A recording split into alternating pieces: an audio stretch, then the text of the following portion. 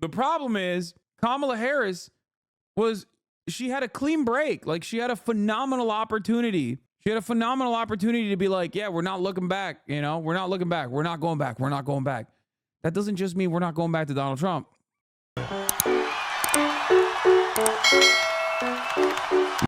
Campaign. The funniest part about this is that it's not going to work. It's just not going to work. Donald Trump keeps saying you're mentally disabled as a Jew if you vote for the Democrats. Okay? You think Jewish Americans don't hear that? You think they don't see that? Of course they're like, what the f are you talking about? Oh, Kamala Harris is oh my God. She's literally married to a Jewish man. That's another part of this puzzle that makes it so much harder for Donald Trump to hit that line. Here's the ad that they're running, the $10 million ad buy. Meet the squad, the radical anti-Israel members of Congress. Kamala Harris embraces and defends the squad, even after Ilhan Omar made disgusting comments. By the way, Allah did awaken the people and help them see the evil doings of Israel and the United States. Like, straight up, that did happen. So Ilhan Omar's statement right there was basically a prediction, okay? Comments, and Harris joined the squad in sympathizing with anti-Israel protesters. I do understand their concern. I will never silence young people. Kamala Harris is no ordinary Democrat. She stands with the squad, not with us. RJC Victory Fund. I mean, here, let's run it back. May Allah awaken the people and help them to see the evil doings of Israel and the United States. May Allah awaken the people and help them to see the evil doings of Israel and the United States.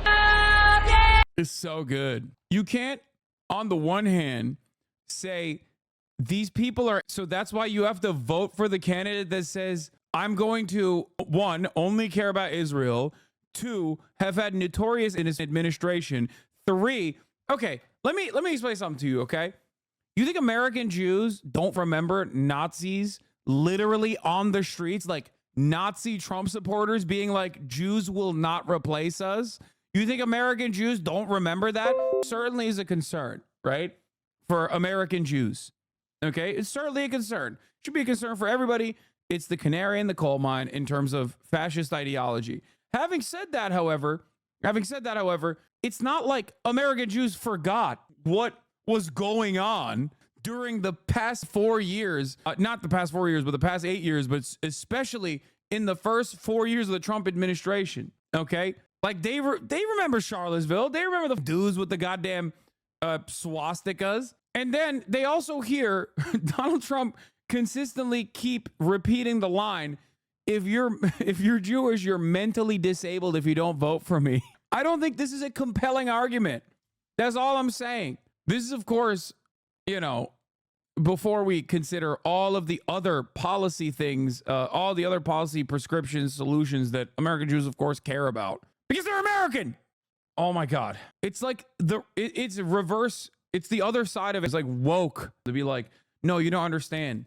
Like, Jews only care about Israel, okay? Which is why Zionism is actually a protected speech class now. It's actually hate speech if you talk about Zionists, like, because American Jews only care about Israel, okay? They don't have dual loyalty. They have single loyalty, actually, to Israel only.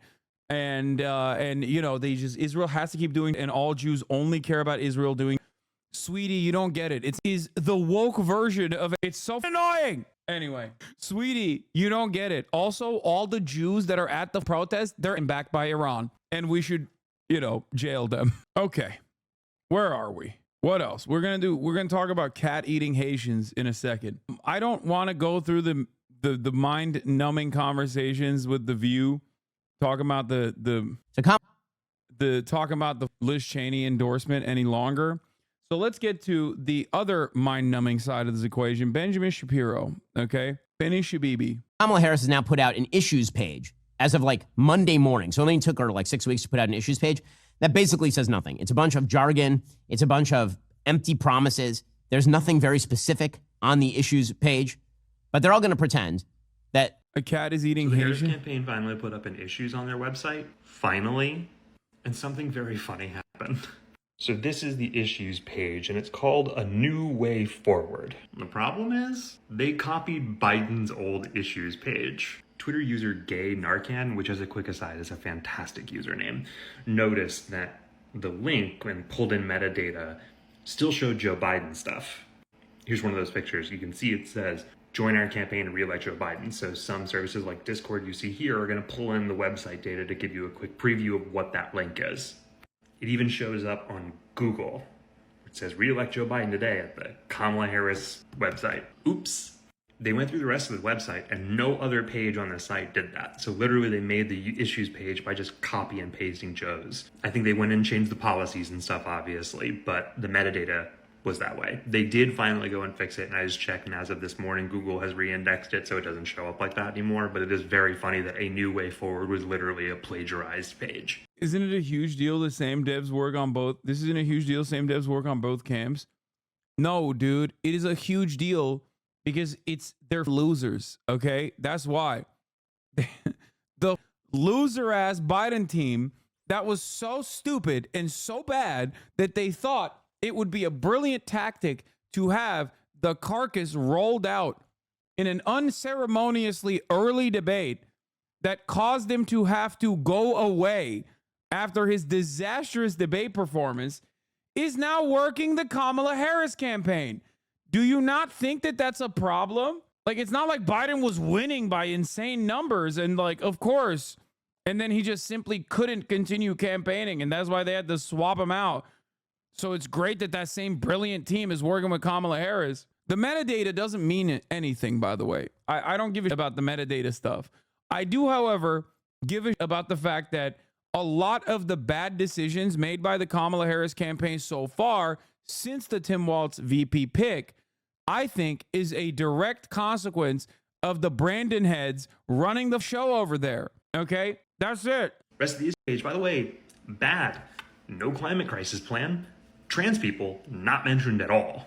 It is slightly better than what Biden's was because Biden's issues basically started and ended with Trump, and Kamala's does actually talk about some things with no real policy positions that she's actually putting forward. And when every section basically starts with, this is what we did under Biden and we're gonna keep doing that, I have a hard time buying into it being a new way forward.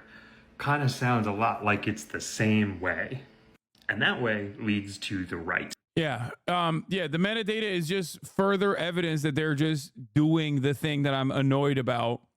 Doing the thing that like pull Biden and Kamala Harris out of the equation for a second. Okay. Just only think about this as like in terms of A, B. Okay. Candidate A, candidate B. Candidate A is so disastrously unpopular that candidate B has to be slotted in candidate A's position. Okay. Why the would you in that situation be like, and I'm going to follow what candidate A did? He got there because he up. Why would you be like, and that's the reason why I'm following the agenda? It makes no sense. Is this guy still yapping? Yeah, I'm yapping, Austin. Like, I think a lot of people, I guess, have convinced themselves that the only issue with Joe Biden was that he's old. That's not the only issue. You said it was solid, though, just a bad speaker? No. I said that Joseph Robinette Brandon's message, especially in his last days, we're talking like he died, would be pretty solid. He was just a bad messenger for it because he was advocating for like rent caps at the federal level, like addressing a lot of the real economic issues that people were experiencing. It wasn't just his age that was an issue. It was obviously the bad policies that he was trailing behind Donald Trump on, okay? Immigration, Israel, Palestine, the inflation, like the economy. These are the triple Monties beyond abortion.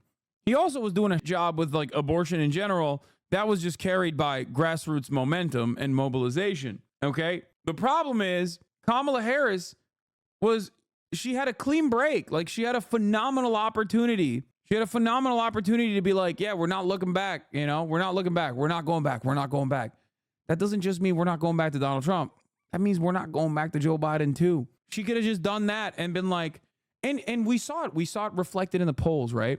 I showed you polls at the time with a universal, historic incumbent disadvantage election cycle globally, whether it be France, whether it be the UK, in a historic incumbent disadvantage cycle due to global inflation, okay, Kamala Harris actually was outperforming Joe Biden on that issue, and people were not holding her responsible for it. What a phenomenal gift to the campaign.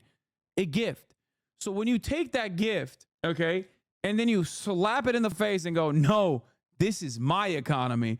No, please hold me responsible for everything that the Joe Biden administration did that, like, a lot of you did not like. What the fuck are you doing? Like, she literally shat on the clean slate that she had. It makes no sense. If Joe Biden was doing great, Kamala Harris would have never been the presidential nominee. Okay? So obviously, people weren't just upset about his brain and upset about how old he is. That was just the tip of the fucking iceberg. That was what actually fed into people also finding a lot of the other stuff that he did unfavorable because he wasn't, he wasn't mentally there to be able to defend some of these things. They think Biden would have won without the bad debate night? I mean, potentially. I think without the bad debate night, well, and also if Biden's brain wasn't actually destroyed, he might have. But that was not because Biden was like popular. Okay. You need to understand that is because Donald Trump was still unpopular. Okay. That's it. Cut tax for the middle class families. Ugh. Unlike Donald Trump, Vice President Harris and Governor Walz are committed to ensuring no one earning less than $400,000 a year will pay more in taxes. They believe that we need to chart out. They will also expand the child tax credit to provide $6,000 tax credit to families with newborn children. They believe no child in America should live in poverty.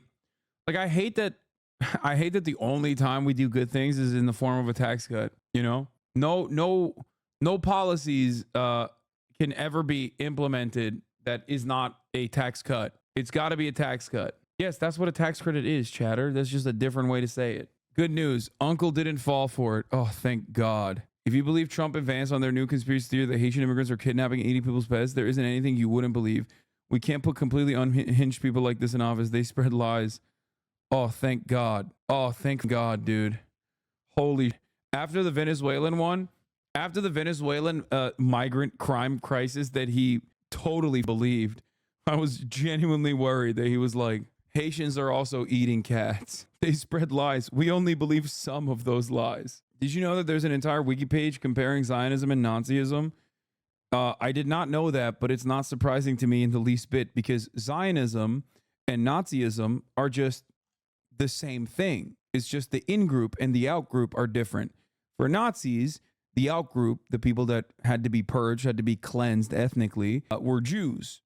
Jews, the Roma population, disabled people, gay people, and the like, Polish people, Slavs. But ultimately, the principle, the fundamental principle is still the same.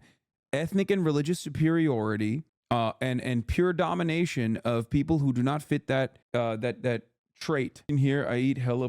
Reading all the fluff. Here's a list of raw policies I pulled out of our issues page for you. Restore child tax credit. Okay. Restore earned income tax credit. Anyone making under 400K will not see a tax increase. Rolling back the Trump tax cut for the wealthy. Create billionaire minimum tax. Tax on stock buybacks quadrupled. Long-term capital gains for 1 million plus a year in earnings from 20 to 28%. Build 3 million new homes. I mean, this is not fluff, by the way.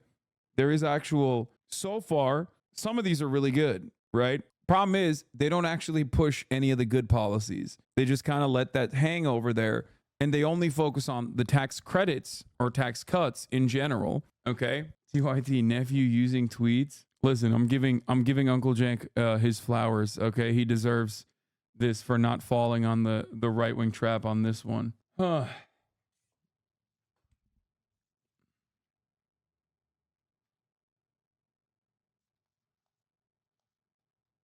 Yeah.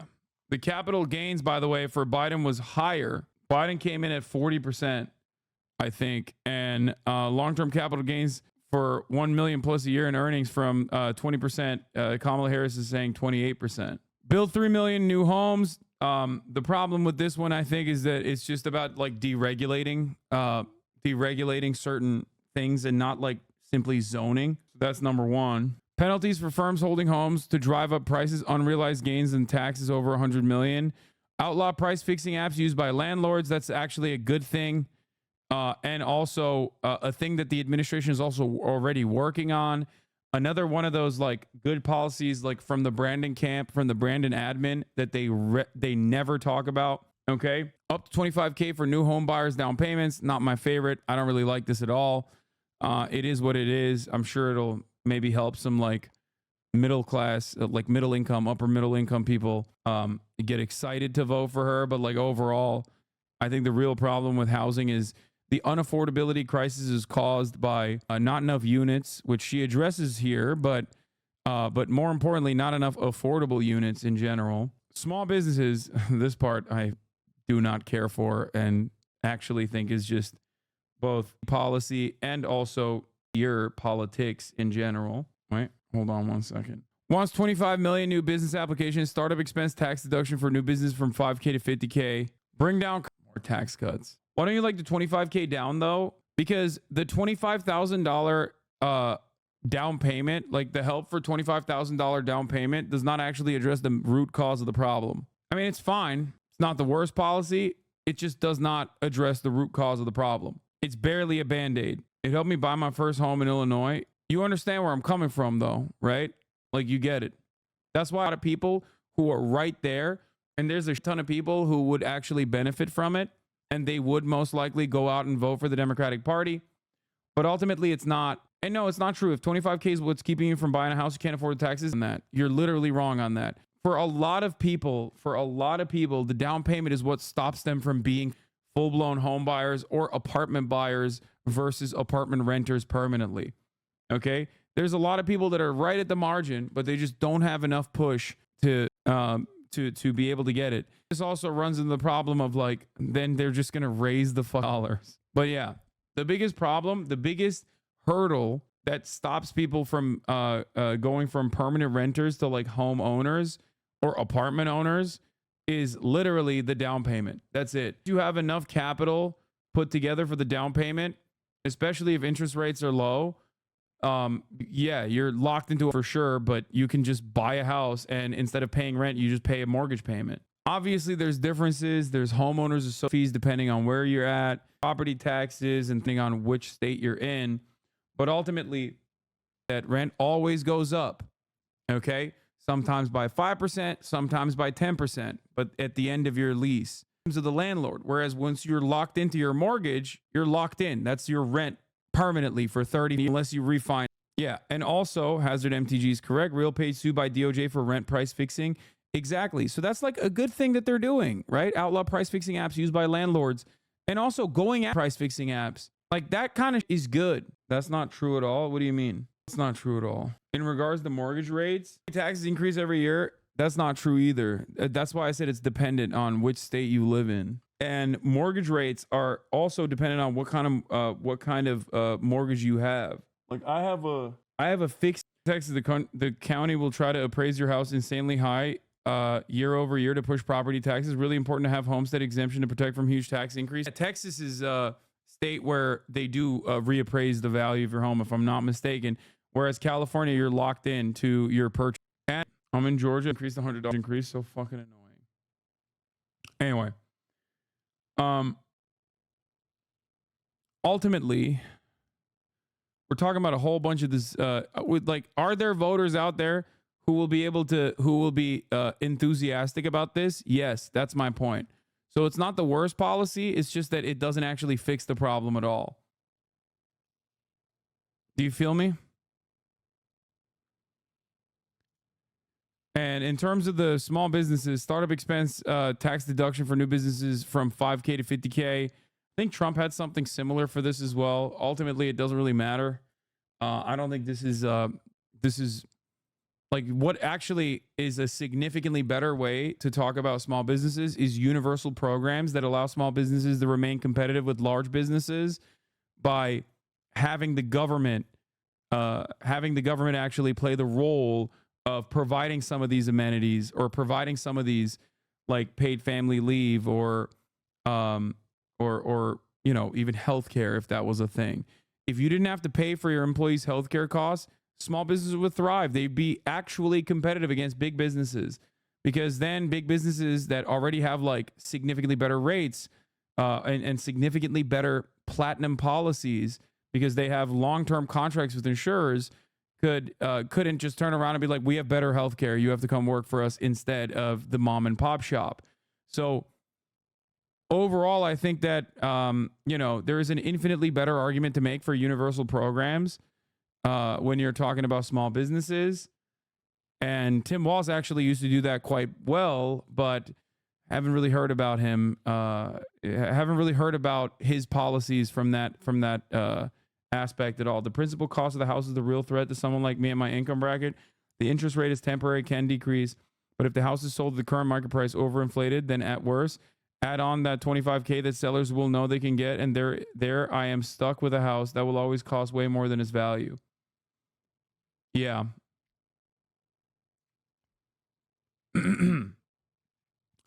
So there's that. Bring down costs. Ban of corporate price gouging. Fucking don't know if they'll actually follow through on it, but it's good that they're promising it. Okay. That's actually at least like smart that they're fucking promising that. Polling at 83%, by the way. One of the most bold policies that they've posted. One of the boldest policies that they've posted. And also, in my opinion, a great way to message. You're not saying price caps. You're saying we're banning corporate price gouging for food and groceries. Now, the implementation of that is going to be difficult, and the Harris campaign seemingly doesn't have a lot of juice and momentum behind it. But overall, it spells that potentially Lena Khan is not going away, so that's a good thing. And beyond that, and David Dayen wrote that the tax deduction doesn't matter. They want to increase their line of credit. Small businesses aren't asking for tax cuts. If you read their surveys, they say they need access to credit. Nevertheless, Kamala Harris wants to give small businesses a deduction. Kamala Harris, I don't know that I would put lower tax burdens at the top of the list. You can debate what led to this, but I put my money on a change in mindset. I've written before about people's desire to find purpose in work and set their own path. Technological and logistical barriers to starting e-commerce enterprises have dropped as well. The zero interest rate policy of the pandemic helped reduce startup borrowing costs, but in the last 2 years, that has reversed as interest rates rose, and still people are starting businesses at robust rates, though lower than in 2021 and in 2022.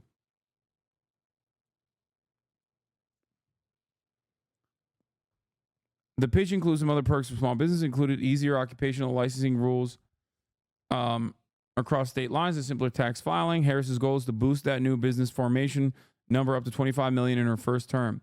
I'm certain that no small business owner would ever look at a bigger startup cost deduction and reject it. It's basically free money.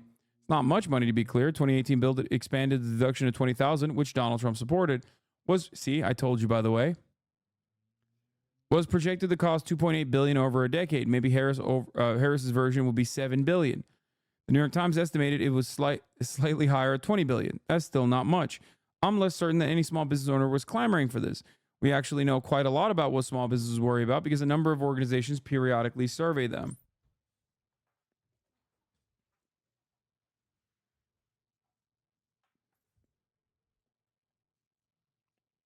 The surveys generally show heightened optimism from small business owners about hiring and investment. But one drawback has been the tightening of small business credit standards from lenders throughout most of President Biden's term. Small businesses often have trouble getting credit because their enterprises are simply riskier than large corporations, and higher Federal Reserve interest rates have raised the bar even higher. This has turned around a bit in 2024, and a big reason for the optimism, but credit standards are still seen as tight. Anyway,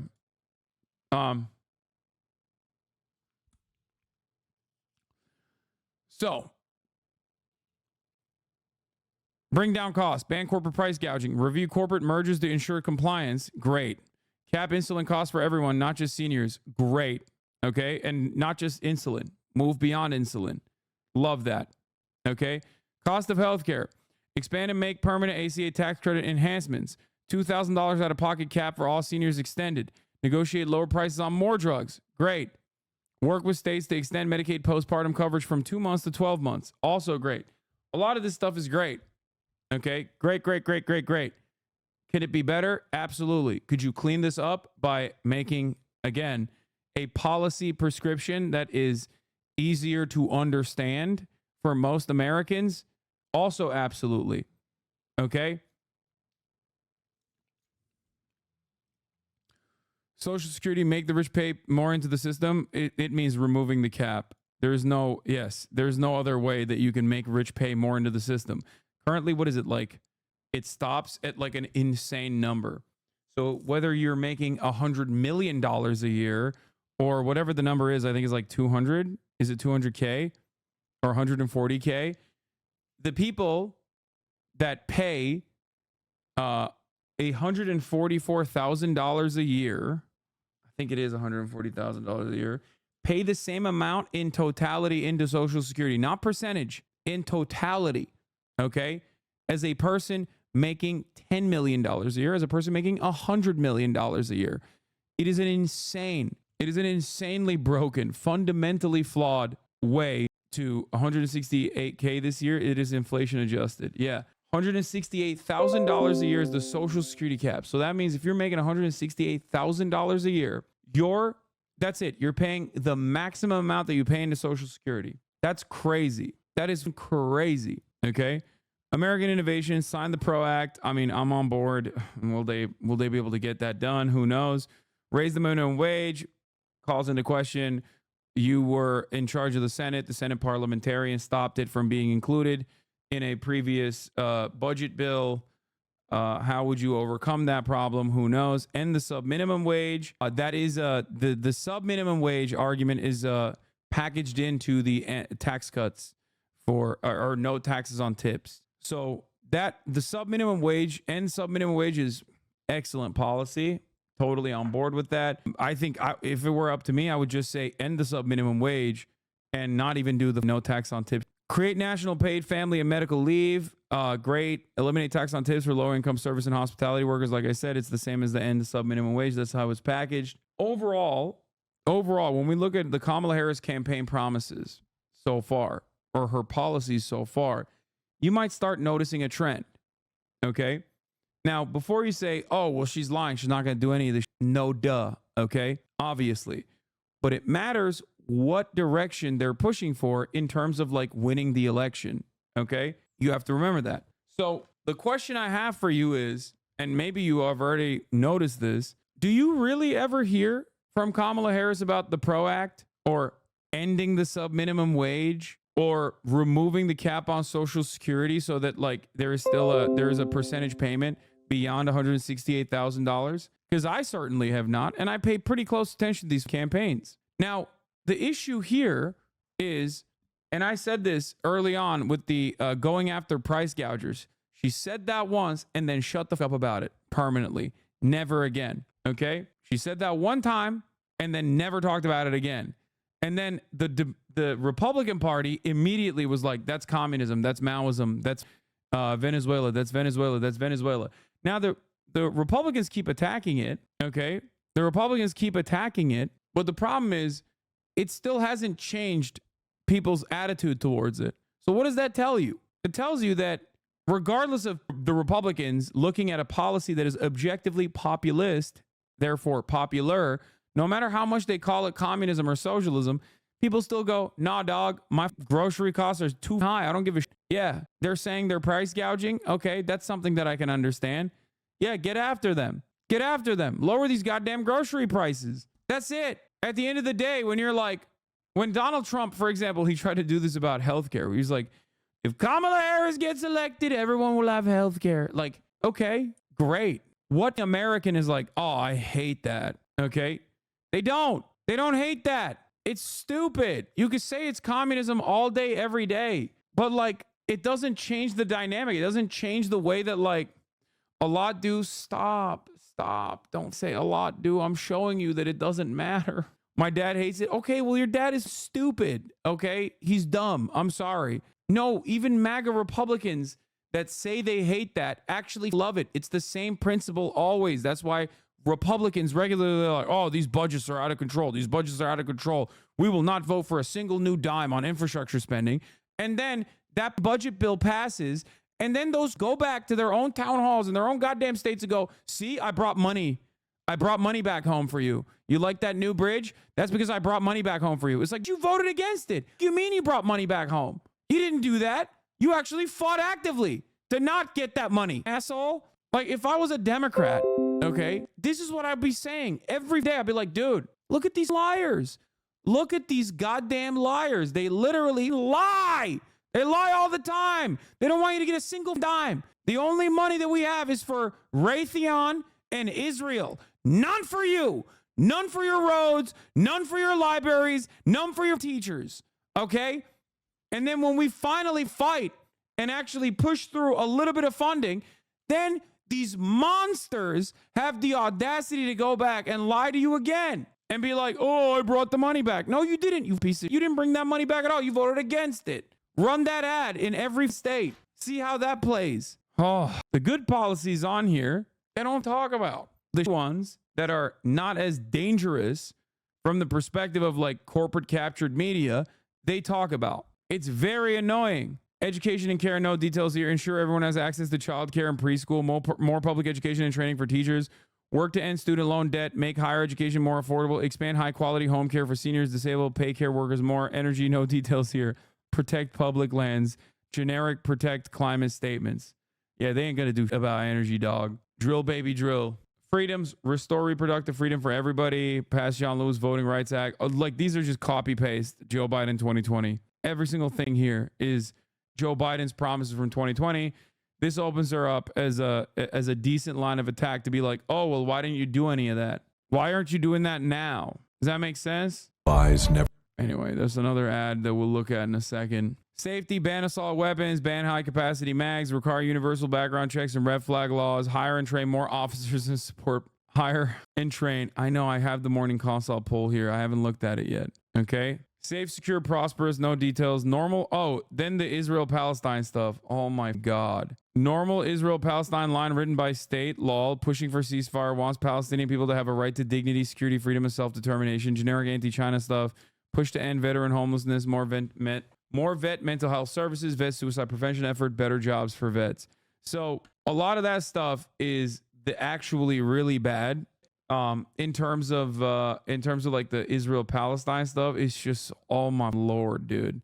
Here, let's look at it. It is straight up identical to what Kamala Harris has said thus far. Okay. It is such a repeat of like her DNC script and everything she said thus far on the subject matter that it literally is like top of the hour ad break status. Okay. Because at the top of the hour, there's a 3-minute ad break.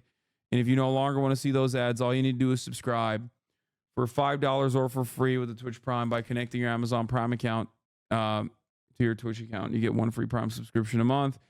It's real bad. Okay. There's no sugarcoating it. It's bad as. Here's the 3-minute ad break now, by the way. Okay. Ensure safety and justice for all. Oh, there's the immigrant stuff. Secure our borders and fix our broken immigration system. Hell yeah, baby. Let me tell you something, okay? Hold on. I gotta get in the mood for this one. Hold on 1 second. No, that's not good enough. Yeah, hold on. Vice President Harris and Governor Walz believe in tough, smart solutions to secure our border, keep communities safe, and reform our broken immigration system. As Attorney General of California, Vice President Harris went after international drug gangs, human traffickers, and cartels that smuggled guns, drugs, and human beings across the U.S.-Mexico border. As vice president, she supported the bipartisan border security bill, the strongest reform in decades. This legislation would have deployed more detection technology to intercept fentanyl and other drugs, and added not one, not two, but 1,500 border security agents to protect our border. After Donald Trump the border deal for his political gain, she and President Biden took action on their own, and now border crossings are at the lowest level in 4 years. Their administration is seizing record amounts of fentanyl and secured funding for the most significant increase in border agents in 10 years. As president, she will bring back the bipartisan border security bill and sign it into law. At the same time, she knows that our immigration system is broken and needs comprehensive reform that includes stronger border security and an earned pathway to citizenship. Vice President Harris is committed to ending the opioid epidemic and tackling the scourge of fentanyl, which god dang immigrants are bringing in over the border, even though 90% of the fentanyl is smuggled across regular ports of entry and also smuggled across by American citizens. But right now, I'm really invested in this narrative that it's the god dang Latinos doing the dang thing. Law-abiding abuelas and abuelitas, mamacitas. They're coming across the border and they're smuggling fentanyl in their pockets, because that's what the god dang Republicans say, and I have to say that too, because I'm terrified of presenting a strong, morally consistent stance. Let's continue. She has met and mourned with those who have lost loved ones to fentanyl overdoses. As Attorney General, she prosecuted drug traffickers seizing over 10,000 kilos of cocaine and 12,000 pounds of methamphetamine. In the White House, she helped direct more than $150 billion to disrupt the flow of illicit drugs and delivered billions of dollars in investments to states to fund life-saving programs. Under the Biden-Harris administration, the FDA made the overdose reversal drug naloxone available over the counter. This past year, the number of overdose deaths in the United States declined for the first time in 5 years, because we're the goddamn abuelas who are bringing the goddamn fentanyl over the border. That's why. As president, she will sign the bipartisan border bill that will fund detection technology to intercept, as she'll keep fighting to end the opioid epidemic. Vice President believes no one is above the law. Okay, the rest of it is just like no one has immunity for crimes committed while in the White House. That's some like regular old libtard. Okay? Fentanyl. Thank God you've joined the right side. What do you mean? Of course I'm on the right side. I'm a lifelong Democrat. I love voting for the Democratic Party, which means that I'm voting for the Republican Party, but 4 years ago. Problem with the Republican Party isn't necessarily that they're advocating for certain policies that are objectively harmful for large swaths of the population. It's that they're just doing it too soon. I would like to do it 4 years after, okay? That's why I vote for the Democratic Party, because, 4 years in the future, I know that the Democrats will finally come to terms with whatever the Republicans were advocating for 4 years ago. Okay, now let's do this part. Okay, keep America safe, secure, and prosperous. And for that, I need a different tune, okay? Vice President Harris is ready to be the commander-in-chief on day one. She has helped restore the American leadership on the world stage and strengthened our national security through her travels. Vice President Harris has been a tireless and effective diplomat on the world stage. She has met with China's Xi Jinping, making clear that she will always stand up for the American interests in the face of China's threats, and traveled to the Indo-Pacific 4 times to advance our economic and security partnerships. She visited the Korean demilitarized zone to affirm our unwavering commitment to South Korea in the face of North Korean threats. 5 days before Russia attacked Ukraine, she met with the President Zelensky to warn him about Russia's plan to invade. Just work with our allies to ensure NATO is stronger than ever. Vice President Harris will never hesitate to take whatever action necessary to protect U.S. forces and interests from Iran and Iran-backed terrorist groups. Jawohl! Vice President Harris will always stand up for Israel's right to defend itself. And she will always ensure Israel has the ability to defend itself. She and President Biden are working to end the war in Gaza, such that Israel is secure, the hostages are released, and the suffering in Gaza continues. I said ends, but I actually mean continues. And the Palestinian people can realize their right to dignity, security, freedom, and self-determination. She and President Biden are working around the clock to get a hostage deal and ceasefire deal done. Okay, there you go. Bro, my fiance thinks I'm watching a World War II documentary. You are. You're living in the World War II documentary. It's just revamped. We're on the wrong side of it now. Anyway. So, good stuff overall. World War II Brass Summer Edition. Yeah, it's just like World War II Extended Cut and also gay. You should do that Adolf Hitler bit again whenever liberals do right-wing policy. I mean, yeah. summer is upon us. Dude, every time I see from Israel is literally zone of interest. It's just straight up zone of interest. Okay? Straight up. Bratwurst summer.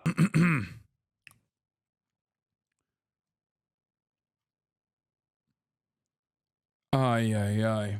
So, it's been 50 days since Kamala Harris. Oh, God, he's such a poster. He's so lame. Like, look at how much he wrote, dude. The IRS, like Kamala Harris claims, is not giving increased audits on people making 400K, but the Treasury Inspector General stated the agency's strategic plan did not include specifics on how the IRS was going to ensure its met commitments. Oh.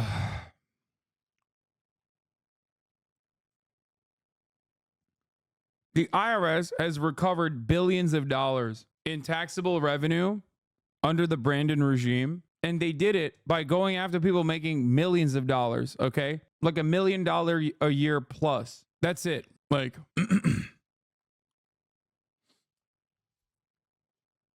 I did do Hasan Guesser. Yes, you missed it. The IRS is also going after like big corporations that are tax cheats as well. These are things that the Kamala Harris campaign should be prominently posting, but they're not because they're stupid. And then when you leave a lot of that messaging on the table, the Republicans can just take advantage of it and just lie about it. Treasury Secretary Janet Yellen, under questioning in the House, could not deny that 90% of new audits under the IRA would be on households earning less than $400,000. The Nonpartisan Government Accountability Office found that the majority of additional taxes the IRS recommended from audits from 2010 to 2021 came from taxpayers with income less than $200,000. Yes, it's much easier to go after people making less than $200,000 for being tax cheats. By the way, what the f- are we talking about? Like, this literally is so stupid. You're upset that like the IRS is going after people not paying their taxes. Like, what do you mean? Like, yeah, dude, pay your taxes. Like, what are you talking about? God, Americans are so annoying. Jesus Christ, I hate this. Like, what do you mean? Like, oh, I can't believe it. Like, it's not like you want the IRS to go after wealthy people. You want to underfund them consistently. Rich people use legal tax avoidance. Poorer people can't. No, the tax structure is written in a way. You're right. The tax structure is written in a way where if you are a person who pays themselves, you absolutely have a ton more methods to avoid taxes legally. Okay, this is true. The problem is this is already in existence. Okay, so perhaps a better solution would be to, one, obviously enforce existing tax law while simultaneously changing the rest of the tax law in an effort that actually ends up forcing the wealthiest individuals to pay a larger share of their yearly income in the form of taxes. You're saying they're not highlighting the good stuff because they won't follow through on it, but that's stupid because some of the things that I'm talking about are things that already happened under the Biden administration. So like a massive part of this conversation with the IRS over the course of the past 4 years was about how like Brandon is getting 80,000 new IRS agents with weapons to come and like knock down your door or whatever. Okay. That's not what was ever going to happen. That's not what happened. And that's not what was going to happen regardless. But that's what the Republicans lied about. So in an effort to defend your perspective, in an effort to defend your policies, in an effort to defend your decisions, you should have at the very least communicated some of the good things that were happening, right? This is a classic Republican strategy, which is to actually work tirelessly to increase tax cuts for the wealthy, but you can't sell that to the broader public. So you sell it by being like, yeah, you'll get $500 at the end of the year if you're working poor, okay? If you're working class, oh, like, don't worry, this hurts you too, okay? They did this with the swap over from what was previously known as the estate tax, now being called the death tax. If you ask Americans, I'm sure a large majority of them don't understand how the tax brackets work. They don't understand how progressive taxation works, and they certainly don't understand that they are most likely not going to be taxed when they die because they do not have the minimum assets, the minimum assets that are required for that to even be triggered for them. Okay. One of the worst aspects, in my opinion, of buy, borrow, die, which is what all these incredibly wealthy people do, by the way, is that They get these incredibly low interest rate loans over and over again because they have quintillion dollars in assets, always that they can always point to as leverage in order to get these like massively favorable rates. And it's a phenomenal way to consistently lower your tax burden, okay? Because now the only money that you have is debt. The only like liquid capital you have is debt, and you never actually end up having to pay that loan anyway because you die at the end of your life, and then your entire stock portfolio is carried on to your next in line without any taxes whatsoever on it. So then they can do the same over and over again. There are so many psychopathic, like tax-free or negative tax methods in which rich people can continue buying whatever they want without any sort of like legitimate penalty or any sort of tax burden. It's very, very frustrating.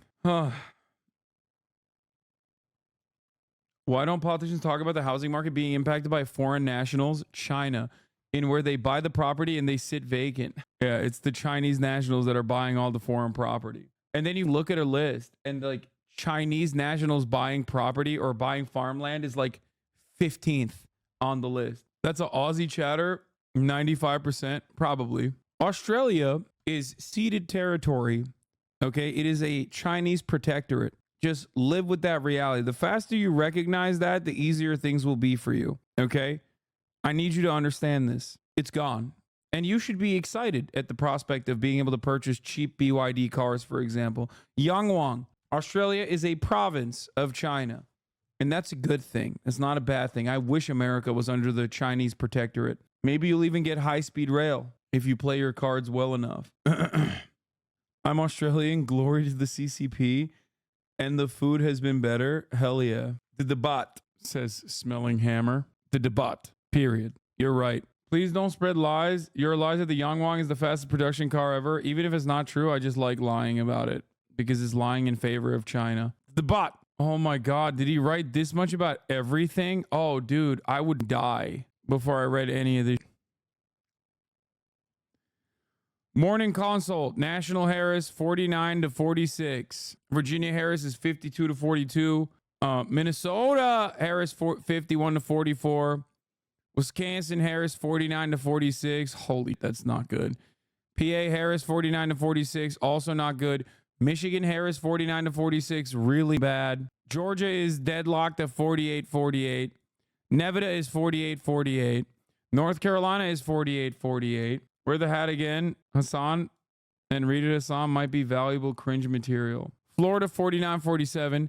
Arizona 49-47 to Trump. And Texas 52-43 to Trump. We say it's bad to be up by 3, but Biden won by being up less than 1% on election day. Yeah, because on the polls, it didn't look like Biden was up by 1% coming up to the election. So yeah, that's why it's bad. Biden would be like winning by 5 points. Biden would be winning by 5 points and would barely make out a victory by less than 1%. That's the point. Is Megaphonics your court jester? He's just Libophonics, okay? Dems yelled their base not to be a single issue voter, yet the party's becoming a single issue party. Abortion, that's the only issue Dems run on now. The funniest part about abortion is that Dems didn't even want to run on it with Joe Biden. And Joe Biden was like reluctant to run on it because he's Catholic and he like low-key kind of doesn't like abortion. So like they were forced to run on it because that's what everyone on the ground was like freaking out about, understandably.